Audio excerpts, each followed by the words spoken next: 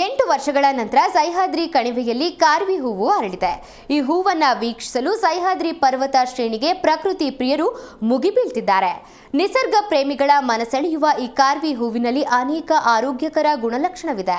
ಈ ಬಗ್ಗೆ ನೋಡೋಣ ಬನ್ನಿ. 8 ವರ್ಷಗಳ ನಂತರ ಅರಳಿರುವ ಕಾರ್ವಿ ಪಶ್ಚಿಮ ಘಟ್ಟದ ಸಹ್ಯಾದ್ರಿ ಕಣಿವೆಯಲ್ಲಿ ನೀಲಿ ರತ್ನಗಂಬಳಿ ಹಾಸಿದೆ. ಪ್ರಕೃತಿಯ ಈ ಅಪರೂಪದ ದೃಶ್ಯ ವೀಕ್ಷಿಸಲು ವಾರಾಂತ್ಯದಲ್ಲಿ ಸಹ್ಯಾದ್ರಿ ಶ್ರೇಣಿಗಳಲ್ಲಿರುವ ಬೆಟ್ಟ ಮತ್ತು ಪರ್ವತಗಳಿಗೆ ಪ್ರಕೃತಿ ಪ್ರೇಮಿಗಳು ಆಗಮಿಸುತ್ತಿದ್ದಾರೆ. ಈ ಹಿಂದೆ 2016ರಲ್ಲಿ ಕಾರ್ವಿ ಸಸ್ಯದ ಹೂವುಗಳು ಅರಳಿದ್ವು. ನಂತರ ಸತತ 7 ವರ್ಷಗಳವರೆಗೆ ಈ ಸಸ್ಯವು ಬೆಳೆದ್ವು. ನಂತರ 8ನೇ ವರ್ಷಕ್ಕೆ ಅಂದ್ರೆ ಇದೀಗ 2024ರಲ್ಲಿ ಕಾರ್ವಿ ಹೂಗಳು ಅರಳಿವೆ. 350 ಜಾತಿಗಳನ್ನ ಕಾರ್ವಿ ಹೂವು ಹೊಂದಿದೆ. ಈ ನೀಲಿ ನೇರಳೆ ಹೂವುಗಳು ಇಡೀ ಬೆಟ್ಟವನ್ನ ಆವರಿಸುತ್ತವೆ. ಪ್ರತಿ ವರ್ಷ ಮಳೆ ಬಂದ ನಂತರ ಈ ಗಿಡ ಹಸಿರು ಬಣ್ಣಕ್ಕೆ ತಿರುಗುತ್ತೆ. ಮುಂಗಾರು ಮುಗಿದ್ರೆ ಎಲೆಗಳು ಉದುರಿ ಕಾಂಡ ಮಾತ್ರ ಉಳಿಯುತ್ತದೆ. ಈ ಅನುಕ್ರಮವು 7 ವರ್ಷಗಳವರೆಗೆ ಮುಂದುವರಿಯುತ್ತೆ.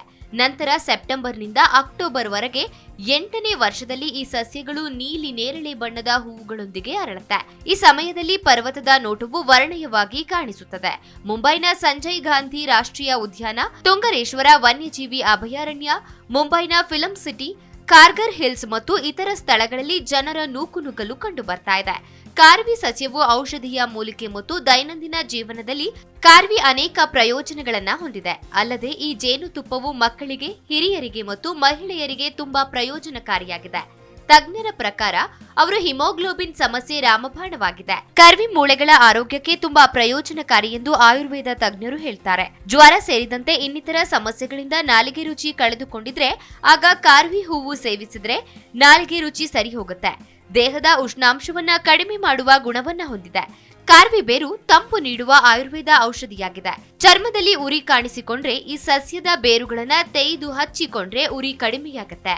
ಉರಿಮೂತ್ರ ಸಮಸ್ಯೆ ಕಾಣಿಸಿದರೆ ಕಾರ್ವಿಯ ಎಲೆಯನ್ನ ಸೇವಿಸಬೇಕಾಗತ್ತೆ. ಇದು ಉರಿಮೂತ್ರದ ಸಮಸ್ಯೆಯನ್ನ ಕಡಿಮೆ ಮಾಡುತ್ತದೆ. ಕಾರ್ವಿಯ ಎಲೆ ರಸವನ್ನ ಸೇವಿಸೋದ್ರಿಂದ ಚರ್ಮದಲ್ಲಿ ಉಂಟಾಗುವ ತುರಿಕೆ ಸಮಸ್ಯೆ ಕಡಿಮೆ ಮಾಡುತ್ತೆ. ಅಲ್ಲದೆ ಕಾರ್ವಿ ರಸವನ್ನ ಸೇವಿಸೋದ್ರಿಂದ ದೇಹದ ಮೇಲಿನ ಊತ ಕೂಡ ಗುಣವಾಗುತ್ತೆ.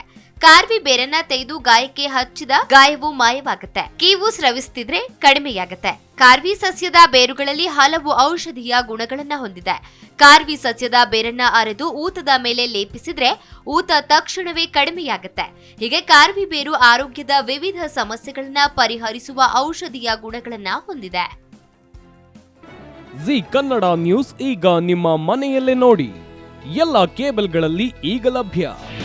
ನಿಮ್ಮ ನೆಚ್ಚಿನ ಜಿ ಕನ್ನಡ ನ್ಯೂಸ್ ಈಗ ಸನ್ ಡೈರೆಕ್ಟ್ ನಲ್ಲಿ number 292, Tata Play number 1664, Jio TV number 1334, NXT Digital number 30, In Cable number 30, City Networks 51, U Digital number 162, GTPL number 17, Rockline Telecommunications number 42, Shri Basaveshwara cable number 168, rural cable network 60, Vinayaka digital 57, Abhishek cable 821, City channel 53, Siddeshwara cable network 57, ವಿ4 digital Infotech 628, Surya Digital Networks 53, Gajanan digital number 836, Malnad Infotech Private Limited number